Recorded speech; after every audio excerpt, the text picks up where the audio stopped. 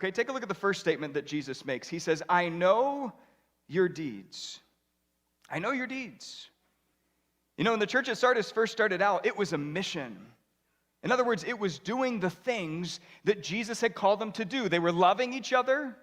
They were helping people. They were feeding them and clothing them. If somebody had a need, they would meet that need. And on top of that, they were sharing their faith. They were giving reason for the hope that they had in Jesus. And at the end of the day, they were faithful to their God. You see, when Sardis started, the church was a mission. Jesus says, I know your deeds. I've seen them. Now watch what he says, the second thing he says. He says, I know your deeds. You have a reputation of being alive. In other words, they had so much passion and energy for ministry that people began to look to them as a monument, an example of how churches should live and should be. In fact, the Greek word for reputation in that verse is onoma, which simply means name. In other words, when people would hear the name of Sardis, they would say, oh yeah, that's a church that's got it going on. Man, they are alive. They're doing the things that Christians ought to do. And so the church in Sardis, because they had lived out their mission so well, they were a monument to other churches. They had a reputation of being alive. Now, friends, the thing about monuments, though, is that they only represent a certain moment in time, don't they? In other words, just because a place might be great at this particular moment doesn't mean that it's always going to stay great. Just by a show of hands, has anybody been to the attraction south of the border? It's right between North Carolina and South Carolina. Yeah, you know what I'm talking about, right?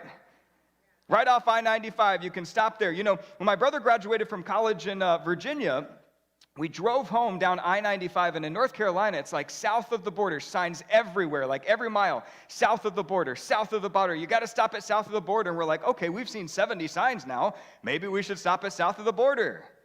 And so we pulled off, and there's this big statue of this guy, and there are all these buildings and all these different things to see, and we pulled in, and immediately we were like, wait a second, where are all the cars? And we looked around at the buildings, and as we got closer, we're like, man, this place is run down. Like nobody's kept up with this place. And we got out of the car, and we walked into one of the shops. We were so creeped out by it that we immediately walked back out and headed towards the car. And as we were walking back, my dad pulled me aside, and he was like, you know, I don't understand. This place, when I was a teenager, was hopping. I mean, this was the place that you stopped on I-95 as you were going, but now it's old and decrepit, and there's nobody here. You see, decades ago, south of the border was the place to be. It was a monument that had a reputation of being alive, but now decades later, it wasn't alive. In fact, it was very much dead.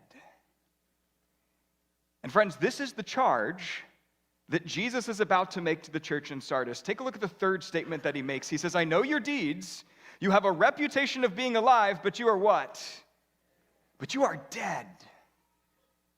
You see, friends, at one point Sardis had been a mission, and it had lived out their mission so well that they had become a monument, but now they were a museum.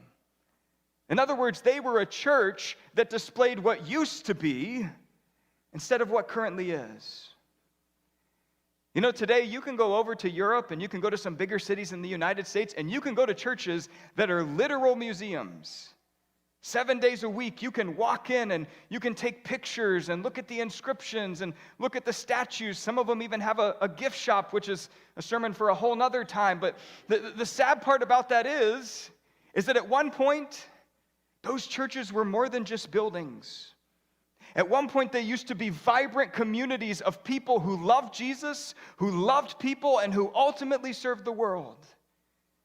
They fed people, they clothed people, they did all these sorts of ministry things, and they shared their faith.